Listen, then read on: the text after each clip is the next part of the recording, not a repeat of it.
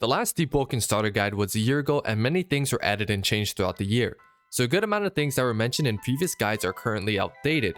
But if you're someone who still didn't purchase Deepwoken yet and you're thinking about it, Deepwoken is a difficult roguelike game with a permanent death feature, so it'll take a while to learn. So if you're looking for a challenge, I recommend buying it. With that being said, let's get right into our starter guide. This is the character creation page and it's pretty self-explanatory. This is where you create and customize your character. First tab is race and body type. Your body type doesn't matter, just choose what you think looks the best. But on the other hand, your race is slightly important, and notice how I said slightly. Your build isn't going to be trashed because of your race. It's just that some races will make things easier. For example, Adrit has a built-in autodidact, and if you don't know what that is, every time you level up, you gain 3 investment points. So for the stats that take forever to level up like fortitude and willpower, you can use those investment points and progress your build more quickly. Once again, your race isn't that important, it's not going to make your build better than others just because you have a certain race. Next is your starting weapon. I'm not going to tell you what to use because everyone has their own playstyle. So if you want to, test all of them out and see which one you like the most. And one more thing, you can unlock more starter weapons as you play the game.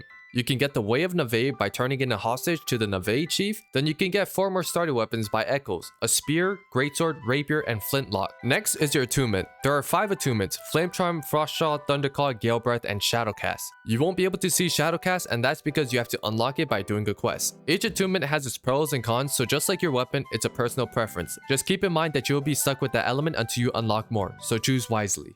Next are your core attributes. Your race will have 4 points and 2 different attributes, and it's something that you can't change. Your attributes are very important because it's what determines your build. Most talents and ults have requirements. For example, Blind Seer requires 40 willpower and 3 mental fortress talents. To make sure that I get all 3 talents I need for Blind Seer, I would rush 25 willpower because that's a requirement for all 3, but this is something you learn as you play the game. If you're new to the game, don't worry about it too much right now since your main focus shouldn't be making a perfect build because you'll probably wipe before that even happens. So in my opinion, just train your weapon as much as possible and just play the game. But if you want to find the requirements of each talent, use the wiki and Trello. Some things on the wiki and Trello are incorrect, but I would say 95% of the information is correct. Also, if you want to know what each attribute does, just hover over it. It's not that important, it's the talents. Next is your boons and flaws. An easy way to put it is that for every positive, there is a negative. So if you want a boon, which is positive, you need a flaw, which is negative. Just keep in mind that you can have a maximum of 2 boons.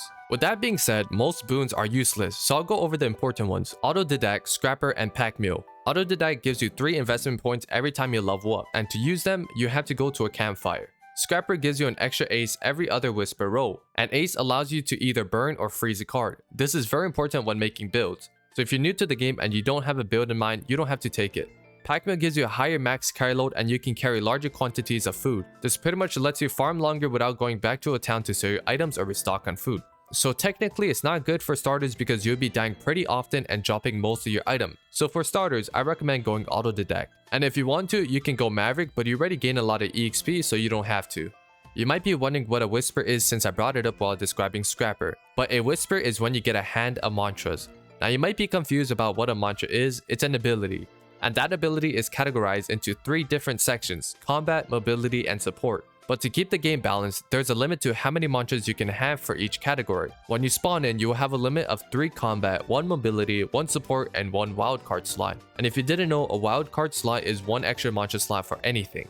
There are ways to increase your mantra slots, such as obtaining an ult and getting the talent neuroplasticity. For the flaws, I recommend taking Manic if you're a starter. It's not going to do anything to you because I doubt you'll be farming in the depths. But even though you are in the depths, it's not like it does anything because there aren't that many attacks that inflict insanity. The next flaw I recommend taking is either vegetarian or squeamish. If you don't plan on taking carnivore, go vegetarian. If you plan on taking carnivore, go squeamish. I know people are going to start commenting about obvious, but in my opinion, obvious is more dangerous than the other 2 flaws. Remember, this is a starter guide, not a guide for stat checking 20 bandits with enchants. Next up is your origin. If you're a starter, you will only see Etria and the Isles of Visuals.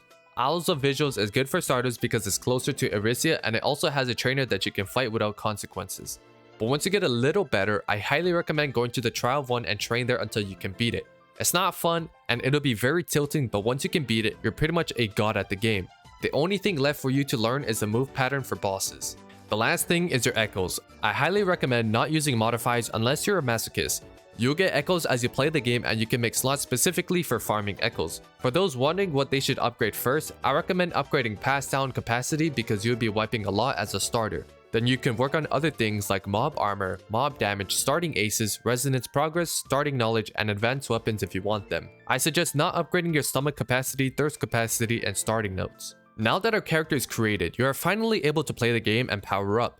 To power up, you need to train your stats multiple times. If you press tab, you can check the amount of stats left you need to power up. But at the same time, you're going to get a prompt that says, I've learned what I can from training right now. I should put it into practice. This means you don't have enough experience to power up and you have to go back and kill more enemies. The best way of gaining experience is by killing enemies that drop chests. If an enemy drops a chest, that means it's considered an event. When you complete these events, you gain much more experience and you can also gain experience towards every stat. This means you can train your flame charm without using a flame charm mantra. Mystic is a very helpful NPC when it comes to making builds. After talking to her, she will influence your next hand of cards for 20 notes. To use Mystic properly, you have to find out which talent you desire first. After finding out what talent you want, find out which talent tree it's under. For example, Kickoff is under the Acrobat talent tree. Go to the wiki and search Mystic. On this page, you can find out which prompt to pick. Keep in mind that it doesn't always give you the talent you want, because there are multiple talents in the same tree. You might be wondering what that weird symbol at the bottom right of your screen is. It's knowledge. Knowledge is mainly used for rerolling your bell and using deep shrines, but I will be explaining how to get them. You gain 1 knowledge every single time you power up, then you get 2 more knowledge after beating Duke for the first time. Then you can get another 2 knowledge from completing the questline from yes. Then you can also use your echoes to upgrade your starting knowledge, but sometimes you need even more knowledge. This is when you have to go down to layer 2, floor 2 and collect medallions. These medallions are in bright pink chests, and to keep these medallions you have to beat Etheron. After escaping floor 2, you can talk to Claris and turn in 5 medallions for 5 knowledge. You can farm this method as much as you want, there is no limit. I'm not going to go over which weapon are the best, and that's mainly because there are weekly updates that shift the meta slightly. So instead, I'll be explaining what the weapon stats do. The basic stats are damage, range, swing speed, weight, and scaling. I don't think I need to explain what damage and range are, so let's skip that. The weapon's swing speed is inverse, so the higher the number, the faster it swings, and likewise. Weight is the amount of posture damage you do to an opponent while they're blocking. Don't get parrying and blocking mixed up. Parrying is when you perfectly time your block, but a block is when you time it poorly and you start taking posture damage. Weapon scaling might be a little confusing, but the more scaling a weapon has, the more damage your weapon gets each point you have into weapon. Now there are 4 more stats that are on weapons: chip damage, penetration, enlag, and bleed. Chip damage slightly ignores your opponent's block and deals damage. Penetration ignores a portion of your enemy's armor. Enlag is the duration that your character can't do anything after each attack. And bleed deals 30% extra damage over 0.3 seconds and causes more blood loss. Your armor and outfit aren't that important early game, but once you start heading into mid to late game, it helps a lot. Don't get mixed up, your outfit is like your shirt, then your armor is like your hoodie, shoes, hat, etc. You can unlock outfits by collecting schematics and turning them into the blacksmith. If you're at least power 10, I recommend using the Hive Drone outfit because it's cheap and it has good resistance. Once you reach power 15, you can look into using master tier armor. Just keep in mind that it's much harder to craft, but don't worry, the Hive Drone will get the job done. For your armor, prioritize getting HP, monster armor, and or monster damage. You can get armor from pretty much every chest. Your Oath, Murmur, and Resonance are something that gives your character a nice kick, but to obtain them, you need to reach the requirements. An Oath gives you more monster slots, new passives, and abilities. A Murmur is something you can obtain once you're at least power 5, and each Murmur gives a different ability. Your Resonance are also known as a bell. It has many different abilities and stats that are randomized. You can get your Resonance by killing enemies that give bell progression.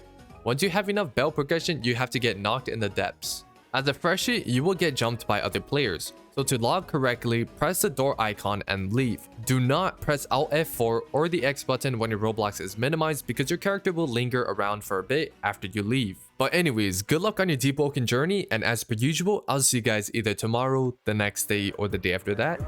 Peace and have a great day.